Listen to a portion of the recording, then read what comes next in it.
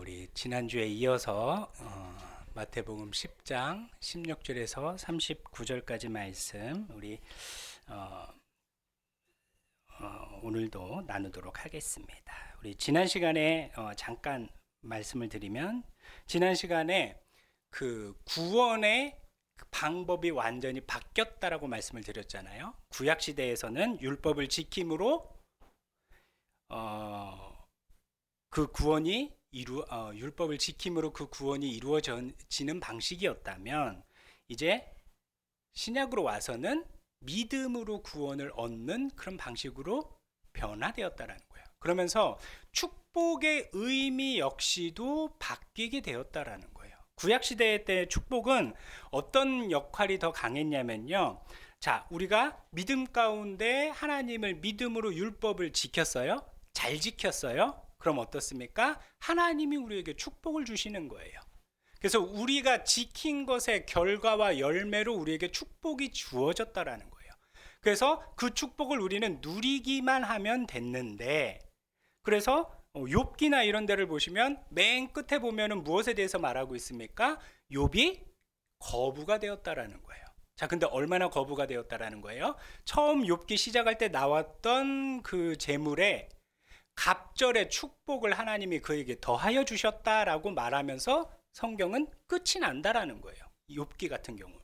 이처럼 구약에서 말하는 축복은요, 우리가 조금 더 율법을 잘 지킬 수 있도록 독려해주는 그 결과의 열매라는 거예요. 그래서 그 축복을 구약에서는 누리기만 하면 됐지만, 이제 구신약으로 넘어오면서 예수 그리스도께서 이 땅에 구원하시려고 내려오면서 그 축복이 살짝 바뀌게 됐다라는 거예요. 역할이 바뀌게 되었다라는 거예요. 그래서 그거에 대해서 오늘 이야기를 하려고 하는데요. 자, 오늘 보시면 그러면 왜 구원의 방법이 바뀌어야 했는가라는 거예요. 먼저는.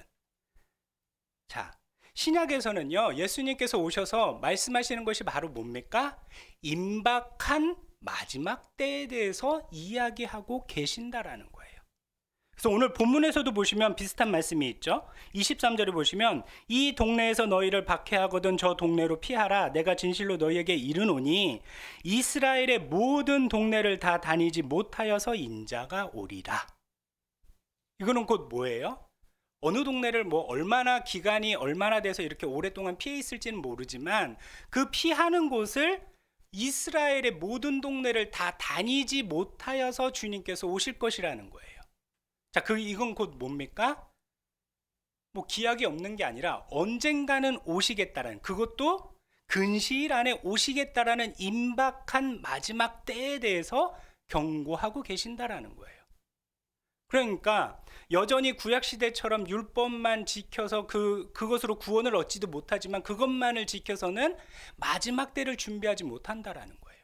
그래서 주님께서 새로운 구원을 들고 이 땅에 오셨다라는 거예요. 자, 이 임박한 이 때에 대해서 많은 이야기를 할 수 있지만, 그거는 일단 여기에서 넘어가고요. 자, 그러니까 이제 신약에서 이 예수님께서 오시고 나서 축복과 은혜의 역할이 변화되는데요. 자, 오늘 본문에 보시면요, 가장 먼저 이 축복과 은혜의 역할이 바로 뭐냐면요, 오늘 본문 15절에 보시면 뭐라고 말씀하고 있습니까? 내가 진실로 너희에게 이르노니 심판날에 소돔과 고모라 땅이 그 성보다 견디기 쉬우리라. 그리스도를 믿는 복음이 받아들여지지 않는 동네의 심판 때에는 소돔과 고모라보다도 더 견디기 힘든 심판이 임할 거라는 거예요. 즉, 예수 그리스도의 그 복음을 받아들이는 자, 그 하나님의 축복과 은혜를 경험하는 자는요, 어떻다라는 거예요? 마지막 심판에 대한 대비가 그 은혜와 축복에 담겨 있다라는 거예요. 그리고 두 번째는 바로 뭡니까? 핍박을 대비하는 것이라는 거예요. 17절에 보시면요, 오늘 성경 본문에 뭐라고 말하고 있어요? 사람들을 삼가라. 그들이 너희를 공회에 넘겨주겠고 그들의 회당에서 채찍질하리라. 이거는 지난 시간에 말씀드린 게 있죠. 새로운 것에 대한 기존 사람들에 대한 거부 반작용과 거부 반응이다라고 말씀을 드렸잖아요. 그러면서 이렇게 박해를 할 때 19절에 보시면요. 이 주님의 이 축복과 은혜가 어떻게 작용을 합니까? 19절에 보시면 너희를 넘겨줄 때 어떻게 또는 무엇을 말할까 염려하지 말라. 그때 너희에게 할 말을 주시리니 말하는 이는 너희가 아니라 너희 속에서 말씀하시는 이 곧 너희 아버지의 성령이시니라. 이 드러나는 이 심판에 대해 대비를 하고 그 다음에 핍박에 대해 대비를 하는 거라는 거예요. 그것을 이렇게 그 안에서 지켜주는 것이 바로 주님이 주시는 축복과 은혜의 역할이라는 거예요. 그러면 이 결국 축복과 은혜는요, 온전한 그리스도인으로 살아가기 위해서 우리에게 반드시 꼭 필요한 것이라는 거예요. 온전한 그리스도인으로서 우리의 믿음을 지키도록 도와주는 것이 주님이 우리에게 주시는 은혜와 축복이라는 겁니다. 자, 그러면 이것에 대해서 운용법에 대해서 이야기를 합니다. 그럼 이 축복과 은혜들을 우리는 어떻게 사용해야 되는가? 구약에서는 단순히 열매의 결과로 주어지는 열매이기 때문에 누리기만 하면 됐어요. 하지만 오늘날에서는 신약에 와서는 그것을 단순히 누리기만 하면 어떻게 돼요? 핍박을 받게 된다라는 거예요. 사람들한테 이렇게 오늘 성경 본문에서도 말하듯이 잡혀가서 핍박받게 되고 심지어는 죽게도 된다라는 거예요. 자, 그래서 오늘 성경 본문에서는요, 이 축복과 은혜를 운용하는 원리에 대해서 말하는데요, 그게 바로 몇 절이냐면요, 16절입니다. 보시면요, 보라 내가 너희를 보냄이 양을 이리 가운데로 보낸가 같도다. 그러므로 너희는 뱀같이 지혜롭고 비둘기같이 순결하라 라고 말씀하고 있습니다. 먼저 예수 그리스도께서 이 땅에 오셔서 복음을 전파하는 그 상황이 어떠냐는 거예요. 먼저 내가 너희를 보냄이 양을 이리 가운데로 보낸가 같도다. 즉 우리가 주님의 축복과 은혜를 누리는 환경이 구약 때와는 완전히 다름을 말해주고 있는 거예요. 그러면서 우리에게 이 환경들이 결코 호의적이고 유리한 조건이 아니다라는 것을 말합니다. 그래서 구약 시대 때에는 사람들을 지금 오늘 본문이 말하는 그 당시에는 사람들을 잡아가기도 하고 죽이기도 하고 그 공동체에서 쫓아내기도 했다라는 거예요. 그래서 실제로 사도행전에 보시면 사도들이 마가의 다락방에 모여 있었던 이유가 바로 뭡니까? 성령님을 기다린 것도 있지만 또 한 가지 이유가 바로 뭡니까? 사람들이 예수를 믿는 사람들이라 하면 잡아갔기 때문이에요. 죽였기 때문이에요. 핍박했기 때문이에요. 그래서 사람들이 그 핍박과 고난을 피해서 마가의 다락방에 숨어 있었다라는 거예요. 그래서 그곳에서 서로 합심하여 계속해서 주님의 은혜를 구하고 있었던 것입니다. 그 결과로 성령님이 그들 가운데 임한 것이죠. 자, 이렇게 지금 예수 그리스도께서 오신 그 당시 상황에서는 눈에 보이는 핍박이 있습니다. 하지만 오늘날도 그럼 이게 적용이 될까라고 생각하시면 적용이 된다라는 거예요.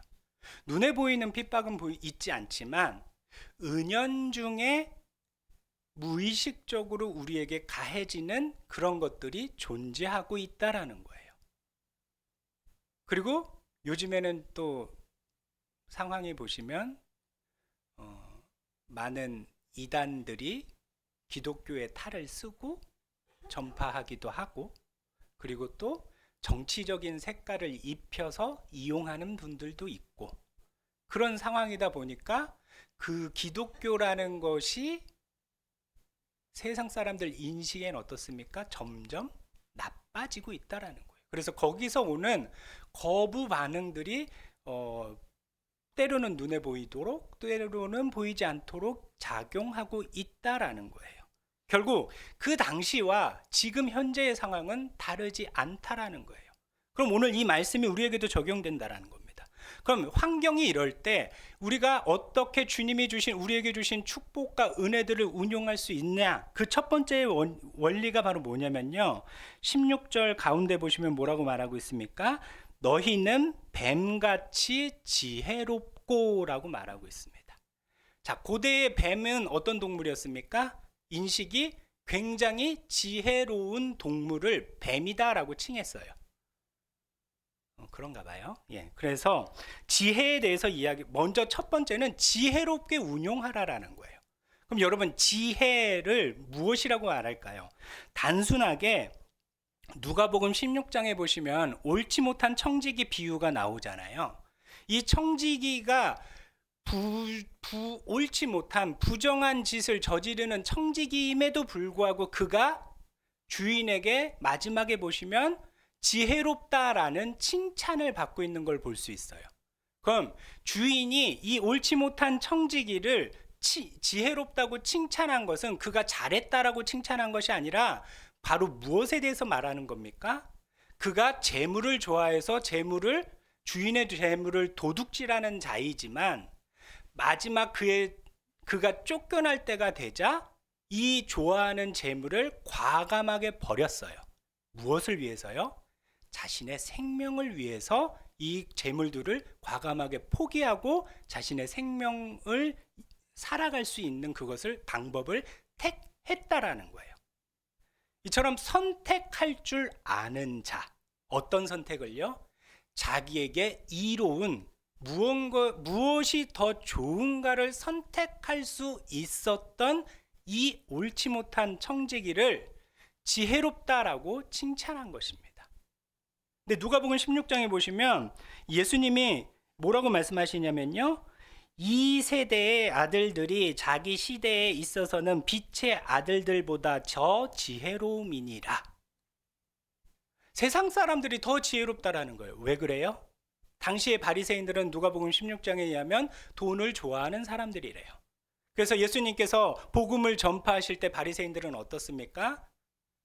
이 복음을 받아들이면 자신이 가지고 있던 이런 재물과 이런 권력과 지위나 이런 것을 다 포기해야 되잖아요. 그러니까 바리새인들은 적극적으로 예수님을 반대했다라는 거예요. 그리고 성경에 보시면 예수님이 말씀하실 때 바리새인들이 예수님을 비웃는 것을 기록하고 있다라는 거예요. 그렇기 때문에 예수님께서는요, 하나님의 아들들인 바리새인들이, 유대인들이 오히려 세상 사람들보다 지혜롭지 못하고 미련하게 재물과 이 땅에서 쓰고 없어질 것들을 쫓고 있는 그들의 인생을 바라보면서 어리석다, 지혜롭지 못하다라고 평가하고 계신 것입니다. 즉 오늘 성경 본문이 말하는 뱀과 같이 지혜로우라라는 것은 바로 무엇을 말하는 것입니까? 좋은 것을 선택할 줄 아는 자가 되라라는 거예요. 단순히 눈에 보이는 것만을 이것이 바로 지혜라는 거예요. 자, 그러면 두 번째 운용 방법이 바로 뭡니까? 오늘 이 16절 뒷구절에 보시면요, 비둘기같이 순결하라라는 것입니다.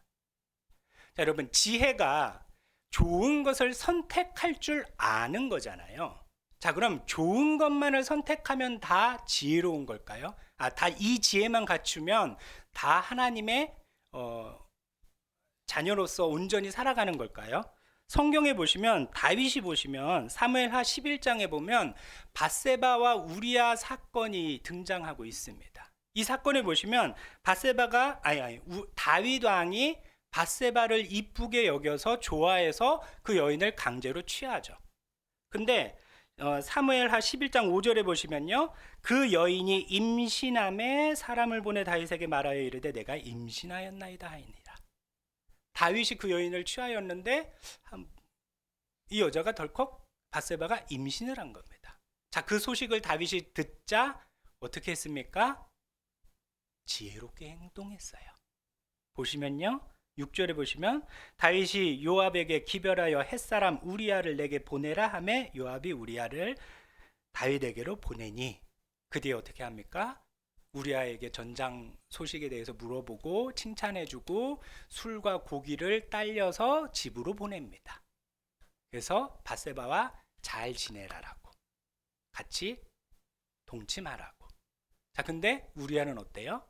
전장에 나의 동포들은, 아니, 나의 전우들은 싸우고 있는데 내가 어찌 편안할까 하면서 앉았어요. 집에 안 들어갔어요. 자, 그러자 다윗이 또다시 자신에게 좋은 것을 택합니다. 그게 바로 뭡니까? 사무엘하 11장 14절에 보시면, 아침이 되매 다윗이 편지를 써서 우리아의 손에 들려 요압에게 보내니 그 편지에 써서 이르기를, 너희가 우리아를 맹렬한 싸움에 앞세워두고 너희는 뒤로 물러가서 그로 맞아 죽게 하라 하였더니. 이제는 어떻게 합니까? 우리아를 전장에서 죽여 버리라라는 거예요. 자, 이렇게 되면 어떻게 됩니까? 밧세바가 아이를 낳게 되더라도 그것을 탓할 사람이 없고 다윗은 당당하게 밧세바를 자신의 아내로 맞아들일 수 있는 방법이 생긴 거예요. 자신의 명예나 이런 것이 실추되지 않고. 자, 다윗에게 있어서는 이 다윗이 우리 도덕적으로는 비난받을 만한 일이지만 다윗의 처리 방법은요, 객관적으로 보면 지혜로운 거예요. 자신에게 이득이 되는 좋은 방법을 그는 취했다라는 거예요. 이처럼 지혜만 갖추면, 좋은 것만 선택하면 그리스도인으로서 온전한 삶을 살 수 있느냐? 그렇지 않다라는 거예요. 다윗이 지혜롭지만 지금 우리가 느끼기엔 어때요? 왠지 거부 반응이 생기잖아요. 그것은 바로 두 번째 운영 방법이 빠졌기 때문이라는 거예요. 두 번째 운영 방법이 바로 뭡니까? 비둘기같이 순결하라라는 거예요. 지혜를 사용하는데 그 방향성이, 다윗은요, 자신의 이득과 자신의 탐욕을 위해 그 지혜를 사용했다라는 거예요. 방향성을 오늘 성경 본문 16절에서는 무엇으로 잡으라라는 거예요? 비둘기같이 순결하라로 잡으라는 거예요. 여러분, 순결이라는 것을 제가 사전을 찾아보니까 뭐라고 이야기를 하고 있습니까? 마음의 사욕, 사념 따위와 같은 더러움 없이 깨끗함. 즉, 하나님이 주신 은혜와 능력과 축복을 지혜롭게 사용할 때 순결하게 사용하라라는 거예요. 즉, 어떻게 해요? 그 방향성이 나의 이득만을 위해서, 나의 욕심만을 위해서, 나의 탐욕만을 위해서 이것을 사용하는 것이 아니라 이런 것이 배제돼서 순결하게 사용하라라는 거예요. 자, 그럼 이 순결함이 우리의 이득과 사념과 사욕과 이런 것이 빠진 것이라면 이 순결함은 바로 무엇으로 채워져야 할까요? 오늘 성경에서 마태복음 10장에서 주님이 제자들에게 은혜와 능력과 축복을 주시고 또 신의 아들이심에도 불구하고, 신임에도 불구하고 이 땅에 인간의 옷을 입고 오신 이유가 바로 무엇입니까?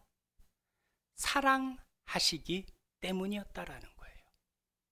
오늘 제자들에게 능력을 베풀 때, 사람들의 약한 것을 고쳐주고 귀신을 쫓아내고 하는 그런 능력을 제자들에게 주실 때, 그 능력을 쓸 때 뭐라라고 어떻게 하라라고 약속하라고 합니까? 내가 너희에게 거저 주었으니 너희도 거저 주라라고 말씀하셨다라는 거예요. 그 근간에는 무엇이 깔려 있다라는 겁니까? 사랑이 깔려 있다라는 거예요. 주님의 우리를 향한 그 사랑의 그 근본에 깔려 있기 때문에 우리가 하나님의 축복과 은혜와 능력들을 주신 그것들을 운용하는 데 있어서 지혜롭게 사용할 때, 순결하게 사용할 때 그 방법의 기준이 되는 것이, 원리의 기준이 되는 것이 바로 무엇이 되어야 한다라는 거예요? 사랑이 되어야 한다라는 거예요. 그러면 이 사랑 안에는 많은 것이 포함되어 있잖아요. 다른 사람을 존중하는 것, 그리고 포용하고 이해하고 받아들이고 또 위하는 것, 뭐 이런 여러 가지 세부 방법들이 포함이 되잖아요. 그럼 사랑의 바탕에서 지혜롭게 사용할 때 우리들은요, 온전한 그리스도인으로서 믿음을 지키며 살아가는 존재가 된다라는 것입니다. 결국 오늘 축복은, 우리는 축복을 받았다라는 것에서 신앙생활을 할 때 흔히들 많은 분들이 축복 받았어? 그럼 땡 하고 끝났어 라고 생각하는 분들이 많습니다. 근데요, 오늘 주님께서는 분명하게 말씀하십니다. 그 축복이 땡이 아니라, 끝이 아니라 이제는 어떻습니까? 이 축복이 우리가 도달해야 할 마지막 목표점이 아니라, 결과점이 아니라, 결승점이 아니라, 이것을 지나서 이것을 도구로 사용하여서 구원의 은혜를 온전히 누리기까지 우리는 가야 한다라는 거예요.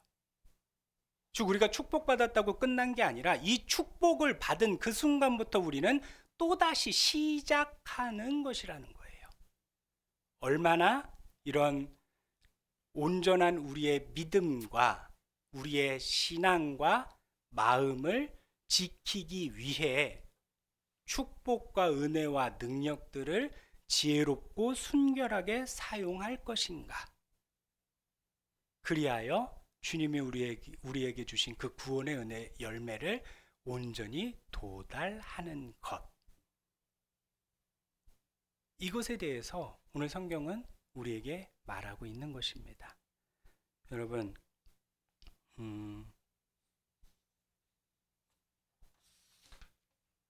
이 시간 잠시 함께 뭔가 결론을 하려고 하니까 더 뭔가 말하게 되는 것 같아서, 그러면 우리 이 시간 잠시 함께 기도하도록 하겠습니다. 우리 하나님의 은혜에 대해서, 축복에 대해서, 그 능력에 대해서, 힘 주시는 것, 우리를 세워 주시는 것이 어떤 의미인지를 생각하시고, 그리고 지혜롭고 순결하게 사용하실 수 있는 저와 여러분이 되시길 바랍니다. 그럴 때 준비된 그리스도인으로서 온전한 주의 은혜를 누리는 자가 되는 것입니다. 이 시간 주님의 이름 한번 부르시고 다 함께 통성으로 기도하도록 하시겠습니다. 주여.